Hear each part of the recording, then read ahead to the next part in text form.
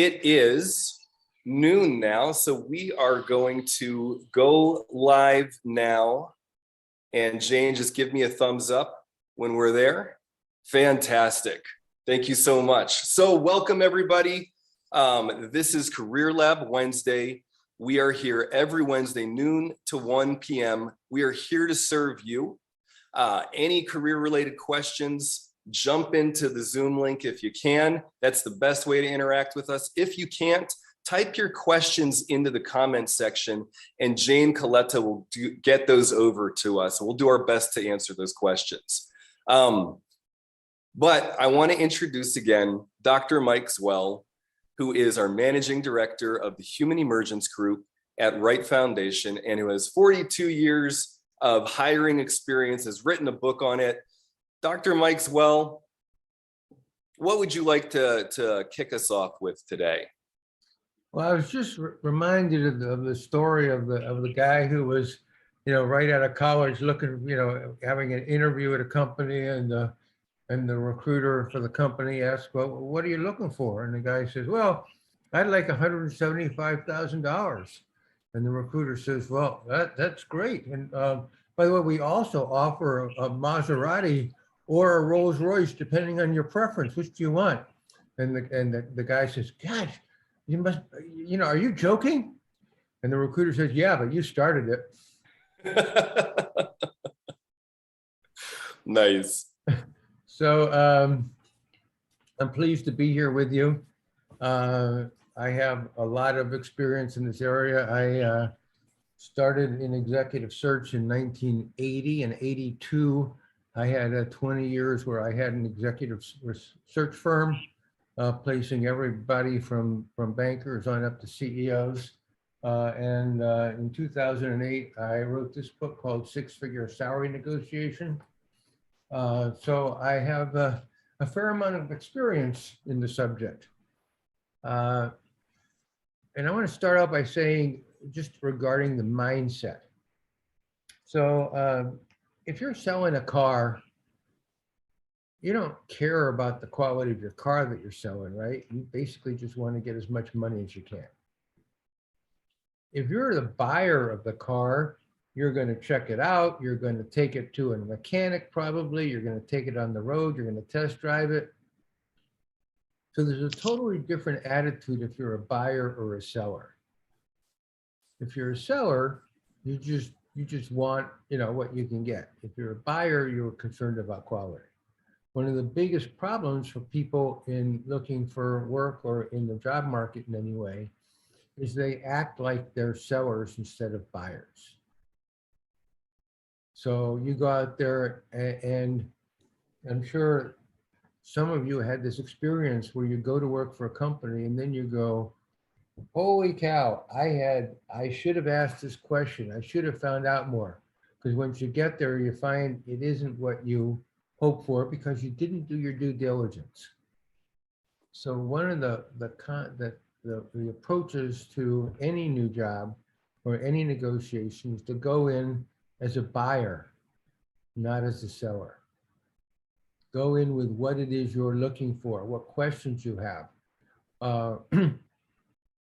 whether people like it or not, what's the culture like? Talk to people who are in the job, in other jobs. That the scarcity mentality of, I just want a job, or it occasionally works and so often doesn't. So go into any situation as a buyer, not as a seller. Fantastic. Mike, thanks so much. One of the things that we've kind of heard here is, as people go in with a buyer mentality, is that they are serving the conversation more. They're serving the company even before they're working there, because they can ask questions that help the people hiring that are wanting an employee to think through some of the problems. So we've had people who have not gotten the job, but even had the boss or whoever say, "Oh, you helped us realize that we're not really hiring for the right thing." So there's many ways in which you're talking about that we've seen people open up possibilities that they wouldn't have been able to open up if they weren't going at it from buyer mentality. Yeah. And a lot of it is asking questions. And a lot of it is about establishing rapport. So, way too many people go in and they sit there, or people doing it on remotely. You're waiting for them to ask you questions.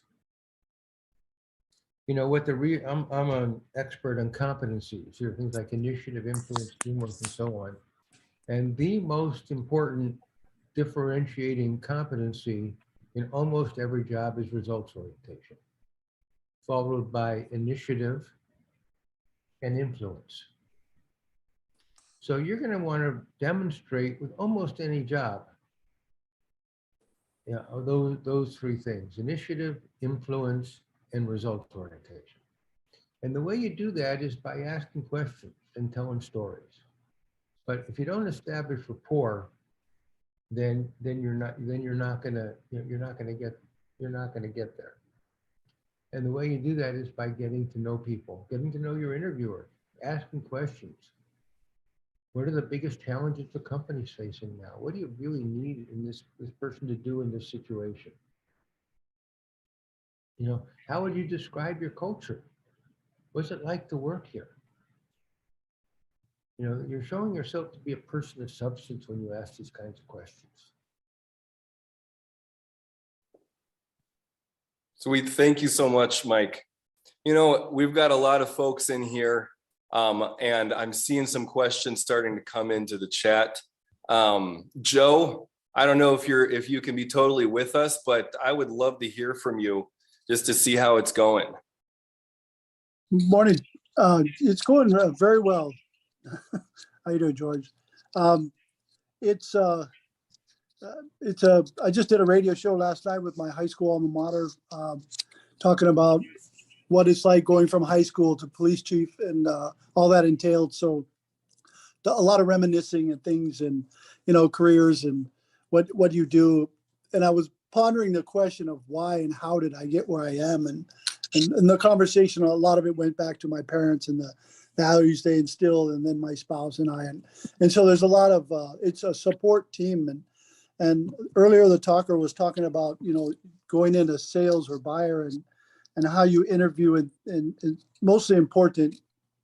But I think selling the culture of your organization every day in what I do, I think is extremely important, not just internally to gain respect of people that don't know me yet, but more importantly, externally to the communities, and understanding that our culture, and we're not perfect, but we're trying. And how do we get there? And how can you help us as a community? So little over a month in the job, lots going on. Not all of it pleasant, but that's the nature of this business. And so we're working through that. So eyes wide open as I get in here, and thank you for all your assistance and help through that year-long process I went through. What do you do, Joe? I'm the police chief for the Honolulu Police Department. We're the 19th largest police department in the United States. Well, Fantastic. If everything was easy, they wouldn't need you. Exactly. And if everybody treated everybody with dignity and respect, which is my number one touch point, you wouldn't need us either. Yeah. Joe, well, thank you so much.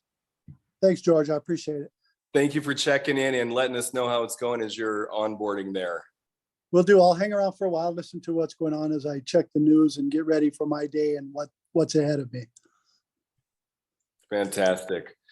Aloha. Cool. So Scott, you've got a question, and are you able to come off mute and share your question? Yeah, I thank you for having me. I apologize. I would say that I'd love to know the questions that could accurately or honestly identify what the culture is like there. How do you take the temperature of the water without them projecting or telling you what you want to hear? For me, I guess I always put the focus on them to see if that's a place where I would want to work, not just I'm here to do a great job. And those questions are important. but I'm not sure how to best sniff that out from the other side. One way to do that, Scott, is by asking them, like the ideal successful person here, what kind of person are they? What are they like? Because their answer to that will reflect on the culture. We need somebody who is just a real hard charger. Takes no prisoners. Well, that's one kind of comment. We want somebody who really works well with others. Who's a good team player. Now, the other key problem that you have in this is that you cannot count on your interviewer telling you the truth. Okay, so you always want to talk to other people. Can I talk to somebody else on the team? Or maybe like on LinkedIn. Yeah, but you want to find this stuff out, and of course, you also have Glassdoor, where you want to hear the dirt on any company. That doesn't, because the Glassdoor is no more accurate than the interviewer, maybe in the opposite direction. Because here you got sour grapes and you got all, but you get to hear the downside as well, because you want as accurate a particular picture as possible. There is no perfect company. Every company, they all have warts. So you just want to know what those warts are, so that you're going in with a as clear a picture as possible. I love that. Great question, Scott. And those are some great ways to sniff it out and learn more about a company. There's another thing, which is that do your research on the industry. Because it really matters. If you're going to go work for a trucking firm, you should know what it's like in trucking firms. And you have what's the range of different cultures that you have, because you have industry cultures as well. So there's a lot. There's an understanding the history. For a manufacturing company, what are and then you also have the whole current events issue. How are you dealing with what's your situation with the pandemic? If it's any kind of manufacturing company, what's your supply chain like? I have a good friend who's a sales manager for a semiconductor company, and her entire job now is dealing with unhappy customers because they can't get what they need for like a year. So you just want to keep asking questions, find out as much as you can. Fantastic. Thank you so much. I'm typing another question, so thank you. Great. So everybody who's joining in, this is Career Lab Wednesday, every Wednesday noon to 1. We are here Central Time. We invite you to jump in on Zoom if you can, as many of you are doing. That's fantastic. We can work with you directly, but if you can't, type your questions in to the comment section in LinkedIn, and Jane Coletta will get those over to us. And if as you're thinking about what you want to ask, you can be doing like Scott and typing your questions into the chat here on Zoom. So I want to open up the floor to anybody, any questions that you have about your career. How can we serve you today? George Donald, I just wanted to let you know this is Gordon Medlock, and hey, been able to join the call. So if there are other questions that come up, I'll be happy to jump on. But I will be in transit, so just letting you know. Got you. Okay. Great. Thank you. Thanks so much, Gordon. Good to have you here. Thank you. Well, we've got another question from Scott, and I'm going to do a countdown. Anybody else before we go to Scott's? 2, 1. Okay, be thinking about what you want to ask, how we can serve you. So Scott, is it fair to ask if your hiring manager will be your long-term boss, or if they are looking to be promoted or move out of their role anytime soon? Absolutely, it's fair. Whether the answer is going to be meaningful or not is another question. But you can get at it by saying, Mary, how long have you been in your particular position? I love that. I love that. And the reason I ask in my past, I've moved across the state to work for someone that I thought was an amazing leader. And he was only my leader for about 6 months till he was promoted to an operations manager at another plant. And then I inherited someone that had a different vision than Ray and myself. But I didn't know, I didn't ask in the interview, if that was something that was on the horizon. I knew he was ambitious, but my whole point in asking is I wanted to work for him, not a replacement of him 6 months after I moved my family there. So was it the same company you worked for or a different company? It was a different automotive company. I was moving from agriculture and construction industries into automotive. So it was a little bit more fast paced and dynamic. So this does relate to what we call culture. So you probably didn't think of asking the question, but knowing what you know now, in a new company, you say, so how does promotion work here?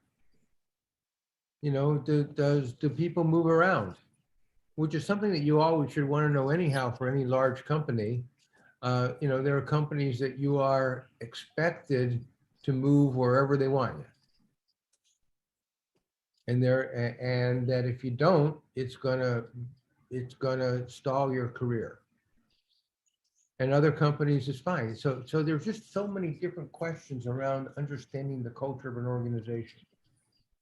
How is conflict dealt with here? What's the attitude maybe about conflict? Because sometimes conflict can be a requirement to get to the other side, right?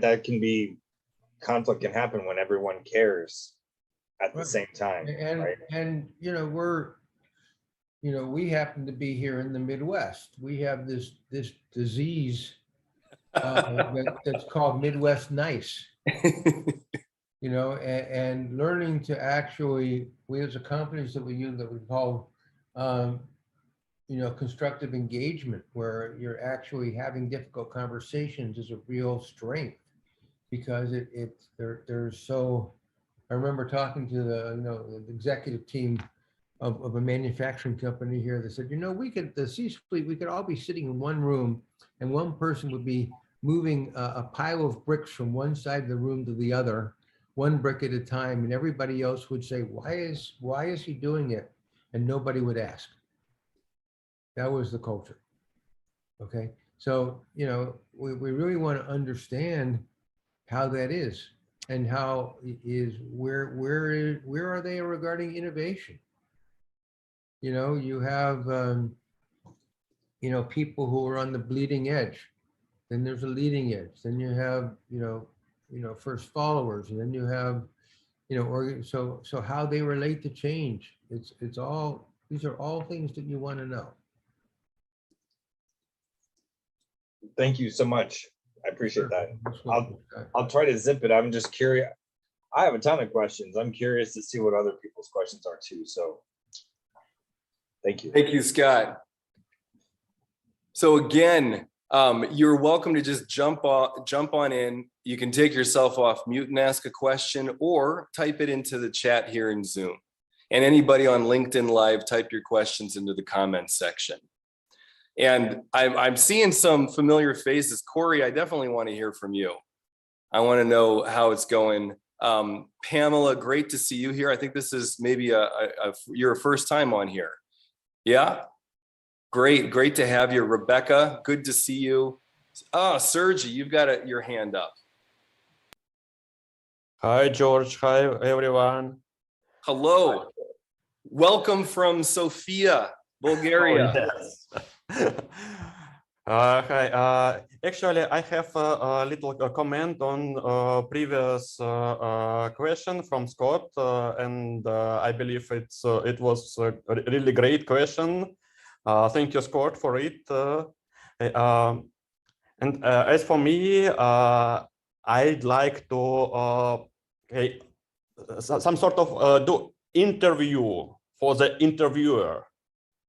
make this cultural fit, to guess it. And okay, when I'm talking to the hiring manager, not HR manager, to the hiring manager, I'm asking him what does he do for his team, and how many people from his team has grown, and what has happened to them. Because it's really matter for me. I'm targeting okay, I'd say a senior position, and I'm planning my growth within the company, or okay, it could be happen outside. But nevertheless, it's about growth, personal growth. And for me, it's really important to work with my boss and to learn from him. Thank you. Right on. Thank you, Sergey. That sounds good. Oh, we've got a question from Corey. Wait, a question you received recently. Oh, the dreaded tell me about yourself. You know, I love that question. I'm going to give you all a $10,000 answer to that. Yeah. Yeah, hi everybody, my name is Corey Thurman.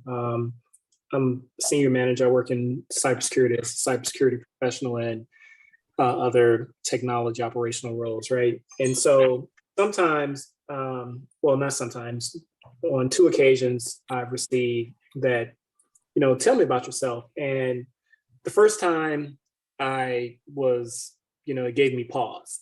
The second time, I think maybe I was like too deep into it because it was, I don't know, I think the way I handled it was good, but, it was very, I think like performative, right? Going to other career things and they're like, oh, so tell me about yourself. And, I was really performative in it. Like, I'm an experienced business technology and cybersecurity solutions professional with 2 decades of leadership and entrepreneurial experience. I founded 2 companies and blah, blah, blah. And I worked for JP Morgan Chase, 270,000 employees. And I thought it was a good moment to brag. And, the manager that was interviewing was like, dude, that's like super amazing. Like, why do you want to work here? That's what I got, right? And at that moment, I was like, because I'm looking to make a change, so I got the tell me about yourself. And then immediately, after I told him about myself, I got the, okay, you're like, awesome. Why do you want to work here? And so then it gave me pause about the company. Like, is it terrible there? Like, what am I doing? So Corey. Yeah. Okay, I'd like you to be my interviewer and you ask me to tell me about yourself. Okay. So Mike, hey, it's great to meet you. Let's go ahead and get started. Can you tell me a little bit about yourself? Well, I assume you'd like to know about how results oriented I am. Is that of interest to you? Sure. Yeah. Well, let me give you an example of that. So in 2006, I was in a meeting of our senior team, and our CEO had been talking about for like 10 years about wanting to start a graduate school. And I looked around the room and I said, and to myself, I said, I don't know how this is going to happen unless I do it. So I raised my hand and said, I'll start the graduate school. And I didn't really know what I was doing, but I figured, well, somebody started graduate school, so it must be possible. And it did take me, that was June of 2006 till October of 2008. We got approved to operate and grant degrees in the state of Wisconsin. And so we've been operating it since 2008. Nice. I like that. So what is it I did, Corey? You answered the question you wanted to answer. You Right. you built the rapport right away. You told him like, yeah, I can give you this synopsis of my background, but let me tell you something really specific that I think you all would enjoy knowing about me and how I took initiative. Like there's so much in just that short story. You got it. So and so I've been, in starting in 1990, I became, I learned about and became an expert in competency-based selection, competency-based interviewing. Mhm. And I learned this after developing it and doing it, installing it in companies, when one of my clients, his company got sold. And this is, you're talking about a very senior executive that would normally take months to get a job. And he had a job with another investment bank inside of in a month. And he told me, this is what, so he reverse engineered, which is what I just described, competency-based interviewing. By when you have an interview that doesn't really know what they're doing and says, tell me about yourself, you're turning it into a competency-based interview by demonstrating with a story what you can do. Yeah. So what you each should do in this situation is have some stories that you've developed that really demonstrate initiative, influence, teamwork, communication, results orientation. So you have that available, and you'll, unless you have a really well-trained interviewer, you'll need to actually take a question like, tell me about yourself. Yeah, And you turn it into something meaningful. I love it. That was brilliant. I mean, it totally was brilliant, and I discovered it.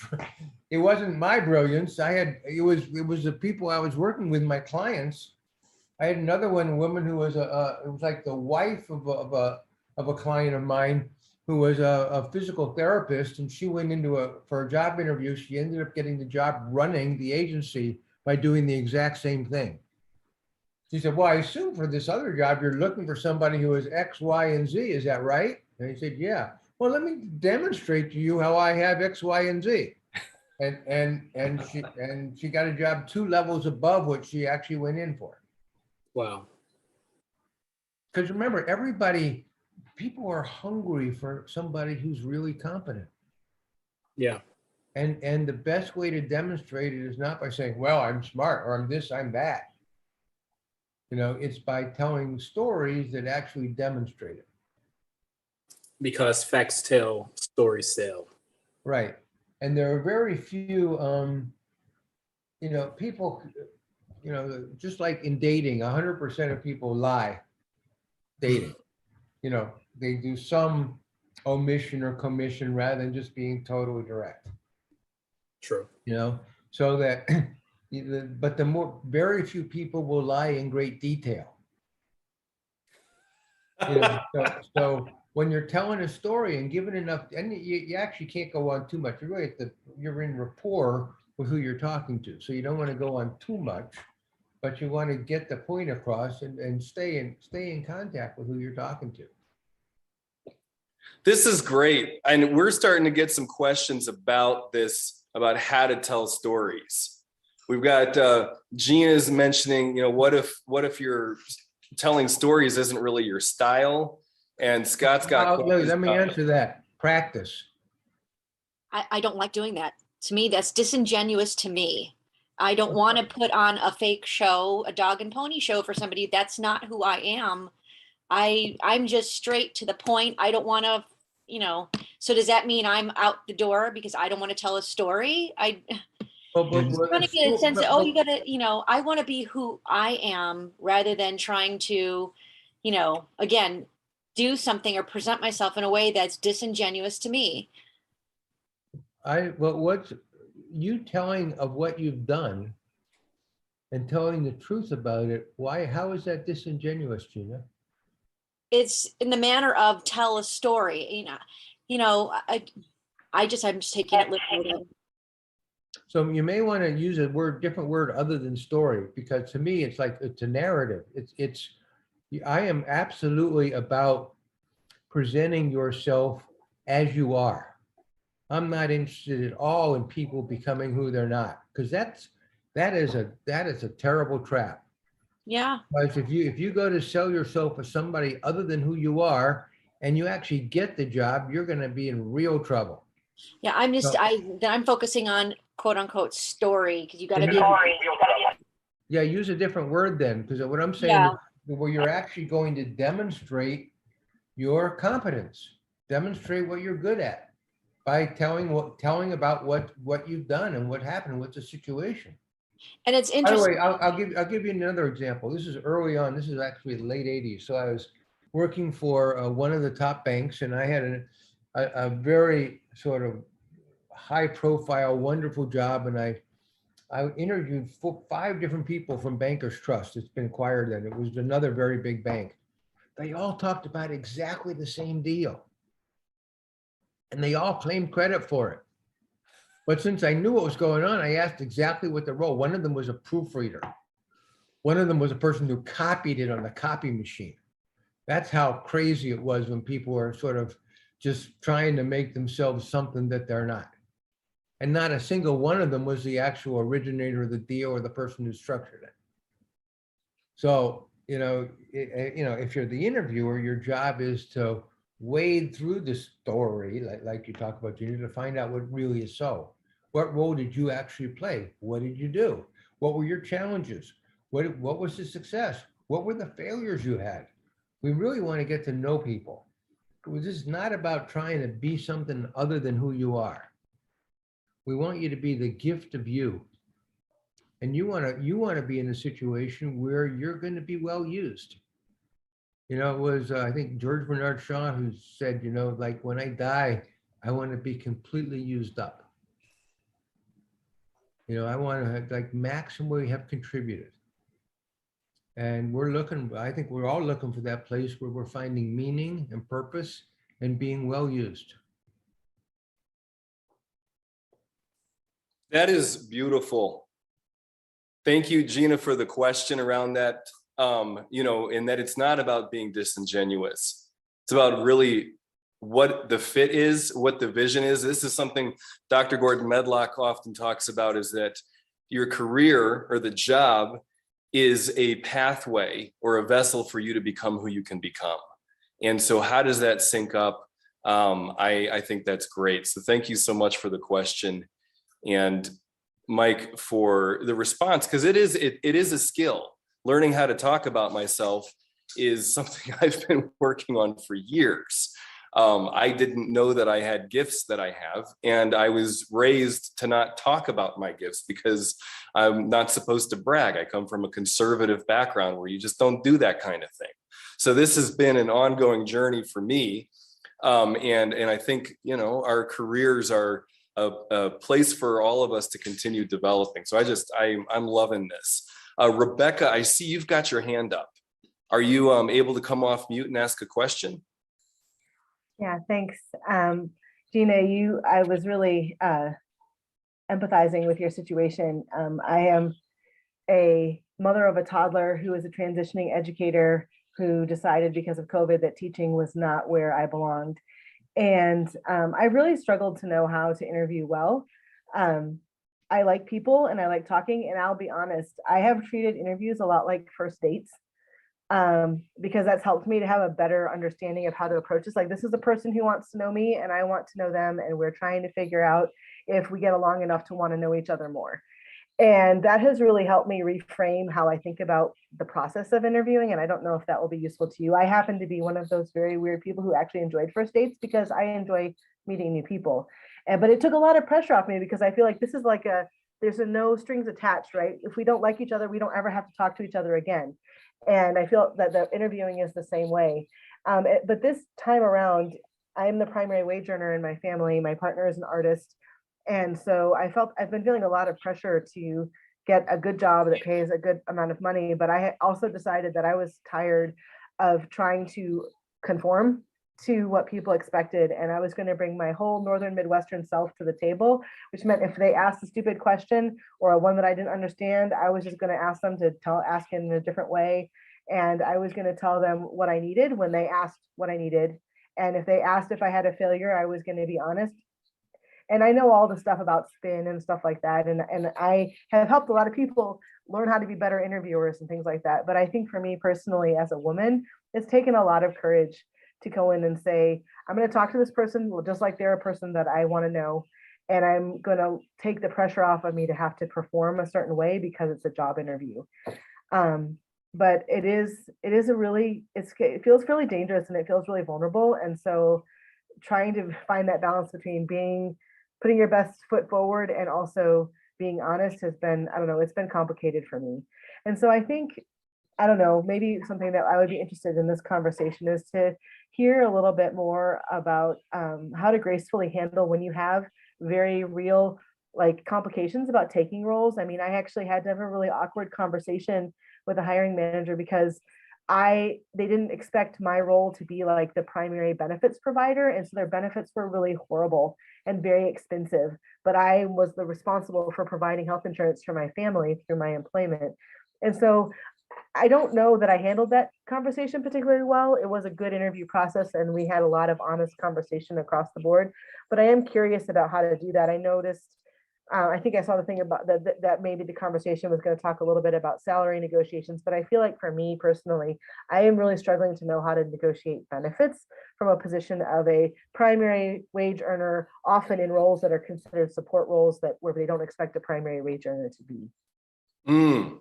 So let me thank you very much, Rebecca. So in this book that I wrote, Six-Figure Salary Negotiation, I actually wrote like 3 chapters of it. And then I had experts in different elements of the hiring process.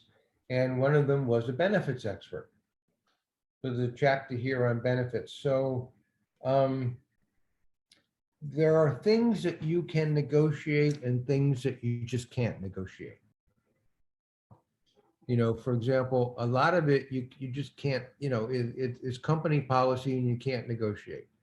One of the benefits that you can more likely negotiate is weeks of vacation. That's something that that individual hiring managers or HR may have flexibility about with some companies. Health insurance generally is not one that you can really negotiate. It's just because it's generally a bigger policy, and there's all kinds of traps that companies will fall in if they give you something they're not giving somebody else. And they're not going to do it. So I think, Rebecca, in that kind of thing, you know, you're going to want to find out as early as possible as to what their benefit package is, you know, what the health insurance policies are. And the only way around that really is by salary negotiation. In other words, you can make it up by an increase in salary if they want you. That's the way to go primarily around things like health insurance, just because there's not typically flexibility in that. Yeah, that's what I did, and it ended up that because of the cost of their insurance, they couldn't meet me at a salary that worked for me, and so we had to part ways. But it was a conversation that was so awkward, and I just wasn't sure even how to have it. And so I've been trying to be really transparent now with hiring managers early in the interview stage that as the primary wage earner, their benefits are going to be a major deciding factor for me, so that they know right off the bat. And so we can have that conversation earlier sometimes about like what kind of benefits they offer and how they do that. And that's helped a little bit, but I just wasn't sure if there was practices that you recommended around that. And there's no need for it to be awkward. You know, you're a human being, you're in a particular situation with your family, you have needs, and that's totally appropriate. You know, to put those out, and there always is a timing question around this kind of thing. You know, you don't want to be too demanding too early, because it doesn't fit the culture. You know, it's like it's not what we do. You know, it's like you want to bait the hook. You want them to grab the hook, using the fishing metaphor. You know, you want them to want you before you start making, you know, too many demands, but you don't want to wait too long Because then it's like, then it's a waste, why waste my time and your time? This is fantastic. And, I want to add one thing here, Rebecca. I think you totally get what Mike's saying. And sometimes that awkwardness stuff is, like what I was mentioning about coming from a conservative place. So just being aware of that I'm going to have feelings, I'm going to feel afraid and that kind of thing. But like what Mike said is, there's no reason to in the current situation, but sure, I might have unfinished business or baggage or something that I can just be conscious of while I'm going into a new situation. I love how you went into it and how you're doing it, and that you're bringing this here. Want to remind everybody, who, as you're listening in, we're all learning vicariously. So lots of people here on the Zoom call and then on LinkedIn Live are what we call co-voyaging or learning vicariously with you. So that's just a fantastic question and what you're working through there, Rebecca. Thank you. And we've got, we're coming into the last 19 minutes here. So I want to get all of us popping in with our questions as we can. I know Scott's got some more. Julia, or I don't know if I'm saying your name right, about negotiating within your current company. All great questions. So jump on in, come off mute and jump in. So let me address that one about negotiating within your current company. The first thing I would always want to do is to find out what your culture and what your policies are. Because is it a common thing? Do people get, some companies, and certainly for educational institutions, if you get a master's degree, you get an automatic bump in your salary. If you get a doctorate, you get a bump in your salary. You get those kinds of things. So finding out, even before you go and get the credential or get the certificate, find out what the policy is. You're much better off negotiating before you have it than when you get it. And by the way, today is the best time to negotiate than we've had in probably in my lifetime. Whoa. So 30 years. Because there are so many resignations that are happening, because there are people who don't want to go back to work in an office or want to go remotely. We have the inflation rate going on, which is scary on the one hand. On the other hand, salaries are going up. Your best life. And the cost of losing somebody is very high right now. So you're going to have opportunity just by saying it and asking. Dr. Zwell, is it safe to say that the cost of replacing these professionals that are leaving, in some cases, it's more than $20,000, like to replace and fix once signing bonuses and benefits are established? There's a lot of pressure there. There's a lot of different ways of calculating it. I've seen it calculated. It's actually the cost of when you're salaried. If you actually look at, if you really fully load it, which is like for a lot of jobs, it takes 6 months on the job to get up to speed, to even become effective. Yeah. So it's very expensive to replace somebody for lots of positions, as well as all the time that it's open and the lost productivity that you have when you don't have anybody in the job. So this is not about saying, holding people hostage and threatening, because I don't recommend that at all. But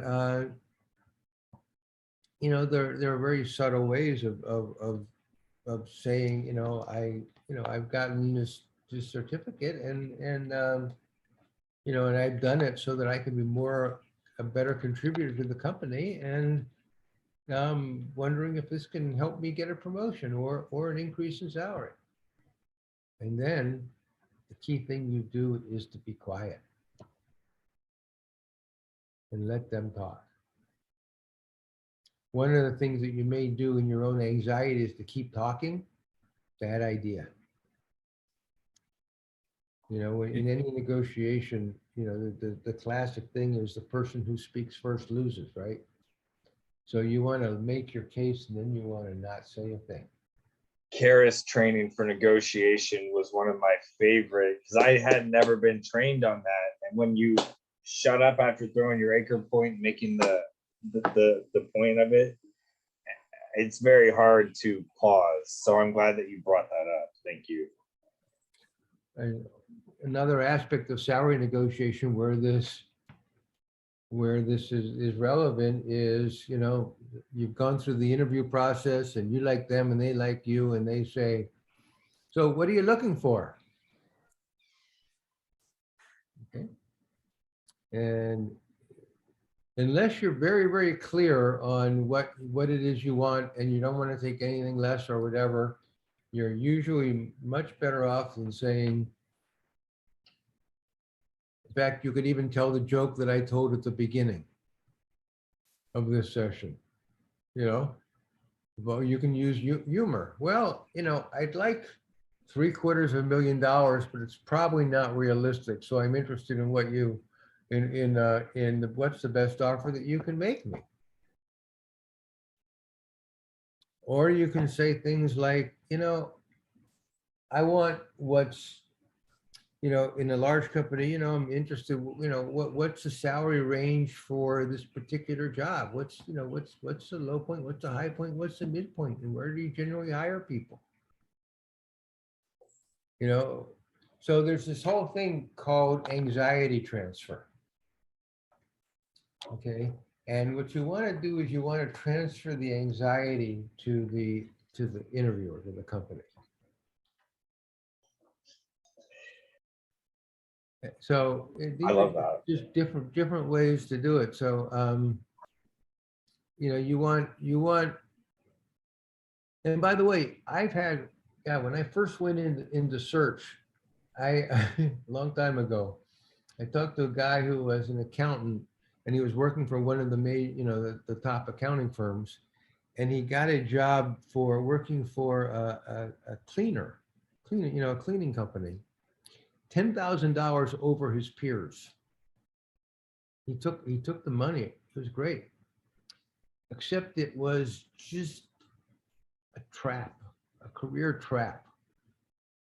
Because there was no place for him to go in the organization. He was sort of the top accountant in a small company. And nobody else would hire him because he was making too much money. You know, so there's just a lot to think about. You know, he said, I'll take less. Well, why would I hire him who's going to take less money? He's not going to be happy rather than a peer of his for whom it's going to be a salary increase. So there's just a lot at play here. Yes, and there's so much going on in the chat, and I think with everybody, this is awesome. Career Lab Wednesday, noon to 1 p.m. Central. Love the engagement. Thank you, Jane, for putting the link where people can review this. Also, I want to say to continue this and take the next level. Our founder, Dr. Bob Wright, is going to be hosting a webinar very soon, Transformational Leadership. Go to that. Continue this because we're not going to have enough time in the next 10 minutes and go deeper with that. Skills with learning how to be silent. It totally is an internal game. And so I'm happy to see that, Scott, yeah, you said it's hard. If I'm lying to myself and saying, okay, great, I'm just going to do that, I'm probably not going to be successful at it. This stuff doesn't necessarily come easy, but it is doable. You need to practice some of those things, though. You really do, in my opinion. Yep. So we've got 10 minutes left. I know I'm not tracking all the questions that I have here. Jump on in if you've got questions. I've got Felicia asking a question about automated talent scouts. George, I have a quick question that ties to Gina and the tell me about yourself. Yep. Okay, when I've in the past tried to communicate my value, I've just thought that talk was cheap, that anyone could say anything. Like Dr. Zwell's story about 3 different people telling the same story from different vantage points and wanting the credit.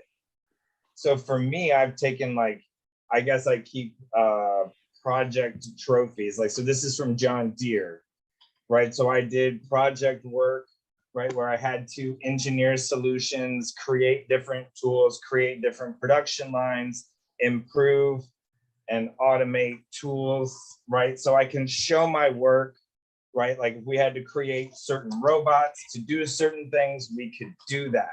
We had to calculate the labor standard for the union to approve. We could do that too. And I guess I'm dating. Scott, let me interrupt you a second. That's great, but you want to do it in rapport with who you're talking to. You can, Right. you can overdo it. So you really want to find out. So the other aspect of interviewing is you want to find out what they want. You know, if you hire the ideal person, what problem is they going to solve? Are they going to solve for you? And then you want to direct your answer towards what their problem is. Because you can actually be shooting yourself in the foot by showing how great you are in something that they don't care about. Yep. Right and depending on who's interviewing you, they might not help you with that. If they're, you know, depending on their personality style, etc., they might not give you any signals that they're not really paying attention to you and they've already blown you off. And so, yeah, thanks for pointing that out, Mike. Yeah, I just mean if the job description's calling for set experience in PMP and different projects, if you had things aligned that you could show your work and how you saved $32 million with projects just like that. And in my past, I've used that to communicate. That's great. That's wonderful. The first thing I say, would you like to see what I've done in this area? Well, yeah, absolutely. Yeah, and then they say yes, and then you do your presentation. Absolutely, that's great. I just mean like for Gina, she didn't feel comfortable telling her story because she didn't want to. No. She didn't. You're wrong. You got that wrong. So it's making me sound inept in explaining, telling about who I am. I'm very proficient in doing that. I keep on hearing and reading about storytelling. I'm not a storyteller. I'm just me, and I communicate in a manner that best, depicts me. As Rebecca had stated, she goes in and just is herself. And I've been doing this in the past 5 interviews that I've had, and I feel more in control with that. And I really appreciate that Rebecca said, yeah, it makes you feel vulnerable, but I think it's gotten me further with feeling good about myself and also having more control within that discussion in an interview. Where I don't feel like I'm trapped, where I got to sit there and provide a dog and pony show, which I hate to put it in that terms, but Totally. That sounds great. Mike, I want to hear what you have to say. Well, I'm responding to Gina's comment about interviewers who dominate the entire conversation. See, most people are not trained at all to be interviewers, and they so many do a really lousy job. I know exactly what you're talking about. It's like, okay, I want to talk, so I'm going to talk the whole friggin' time. And you're just looking like, you're supposed to be looking interested in that kind of stuff. And then it may happen that because you look like you have lots of good attention, I'm going to think you're a great candidate, which is ridiculous. You're going to want to do the kind of thing as if they asked you a good question. One way to do this, would you like to, we got 15 minutes left in the interview. Would you like to hear some about me and my background? Yeah. Let me give you an example of the kind of thing that I've done. And then you tell your narrative or whatever. Because it's challenging when you got people that don't know what they're doing. you don't get anywhere. I mean, it's very hard to get value out of it. And so I'm hearing again, you're the buyer. And in this case, you might have to be the leader in the interview, and you might have to do it with a great deal of rapport and noticing the other person and getting in a way that's not offensive to them, which is quite a skill. So great. We have 5 minutes left. Thank you everybody so much for joining in, for the engagement. I freaking love this. And the way that you're going at these questions and really thinking it through and dealing with the challenges of it. Thank you everybody who's sharing. You're serving everybody who's been viewing in on this. I really appreciate your contribution. Dr. Mike Zwell, thank you so much for being here, working with us today. To continue this, we'll be back next week, noon to 1 p.m. Also, check out Transformational Leadership, deepen your skills there. And we've got just a few minutes left. I want to get anybody in who's got a burning question. We've got Gina, how can we improve the bad behavior of companies? Whoa. In regards to interviewing, I forgot to put that in there. I don't know if that's something to address, if there's something that collectively everybody can start doing, because ghosting, that's the biggest thing that I found. And like I said, as was mentioned here, your interviewer, yes, they haven't been trained to interview, but they're from HR, for Pete's sake. Let the interviewee speak so that you can really learn about them. And it becomes a two-way street where you can both decide, are you good, instead of one way, a good fit. I'm just finding a lot of bad behavior in regards to that with companies and interviewing processes are bad. Canceling 10 minutes or 5 minutes before a scheduled interview, not sending an email and just sending another rescheduling invite. Gina, I just had an idea of something you might try. Can I share it? Yes. You might ask, I mean, even with, I'm kind of boiling down what Mike said from the beginning, but can I help you get the most from me in this interview? No. Like, can I, and so getting their permission to really take the lead on it and walk them through it. They might just be talking because they don't know what the hell they're doing. And they might be so relieved to have you take over. I don't know, but I just kind of pictured that because you're bright, focused, driven, all of that stuff. So, you leaning into your gifts, but sharing that, letting people know what you're doing, getting their buy off on it might really help. Yeah, I like that. A couple other things. By the way, Pamela, it's so good to see you again in years. So you also do want to have the interviewer talk about themselves. You want to, a lot of people want to talk about themselves. So you want to get that in also, and not just have them ask you questions. How long have you worked here? What's the best thing about the company for you from your perspective? The taking charge of the interview to the extent that's, and there aren't any there's no rule about this. You're always looking at the particular situation to see what's going to work here. But I would always want to get to know the person some. But then again, there's a point at which I'm going to want to say, okay, enough about you. You want to know about me? Obviously not going to say it that way, but to find an elegant way to do transitions. And by the way, one of the best way to do transitions in the interview is with compliments. The best way to interrupt somebody who's just going on and on is you interrupt with a compliment. I'm so glad you've been telling me this. It's really interesting. Thank you so much. And, I assume, given the limited time we have, that you'd like me to talk some about me and my qualifications also. Is that right? So you interrupt with a compliment. And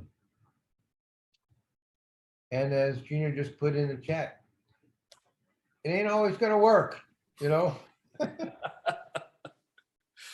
Right You on. know, if you're in the job market for a long time, you're going to come up with a lot of stories of what's happened, and sense of humor is a very good thing to have in the interview process, by the way. Fantastic. We got to end this. This has been amazing. Thank you so much, everybody, for jumping in. This is available to review. Join us next week. Jump into transformational leadership. And I Love would seeing also so many of gotta you. go, thanks. Oh, thank you so much, Dr. Mike Zwell. Thanks for jumping in today. And really appreciate your engagement. Love seeing you return and seeing your development. You know, I've worked with a lot of people and find that as people are in this group and using other tools, that they get results. So keep working it. We'll see you next week. Take care.